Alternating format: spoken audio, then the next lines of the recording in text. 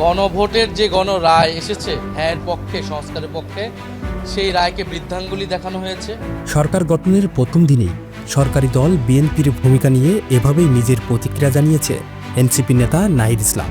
শপথ গ্রহণ অনুষ্ঠানে আইনি জটিলতা এবং নির্বাচনী ফলাফল নিয়ে তিনি কিছু গুরুত্বপূর্ণ পয়েন্ট তুলে ধরেছেন।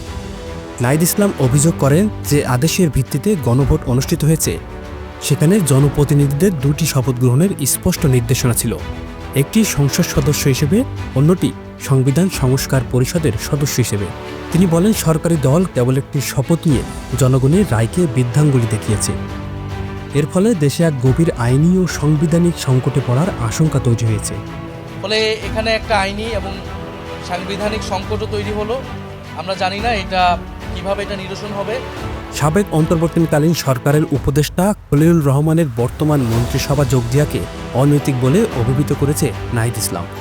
তিনি উল্লেখ করেন বিনিরপেক্ষতা বজায় রাখতে ছাত্র উপদেষ্টারা পদত্যাগ করলেও খলিলুর রহমানের মতো ব্যক্তিদের একটি রাজনৈতিক দলের সরকারে যোগ দেওয়া প্রশ্নবিদ্ধ।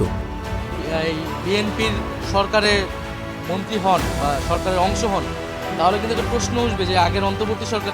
এটি অন্তর্বর্তী সরকারের নিরপেক্ষতাকে জনগণের কাঠগড়ায় দাঁড় করিয়েছে বলে তিনি মনে করেন।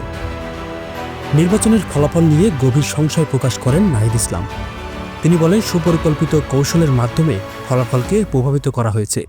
তিনি অভিযোগ করেন সংবিধান সংস্কারের প্রক্রিয়াকে বাধাগ্রস্ত করার উদ্দেশ্যেই একটি বিশেষ দলকে 2/3 আসন পাইয়ে দেওয়ার পরিবেশ তৈরি করা হয়েছে। পরিকল্পনা করে 2/3 আসন সরকারি দল নিয়ে নিল। অনেক নিশ্চিত আসন থেকে তাদের বঞ্চিত করা হয়েছে বলেও তিনি দাবি করেন।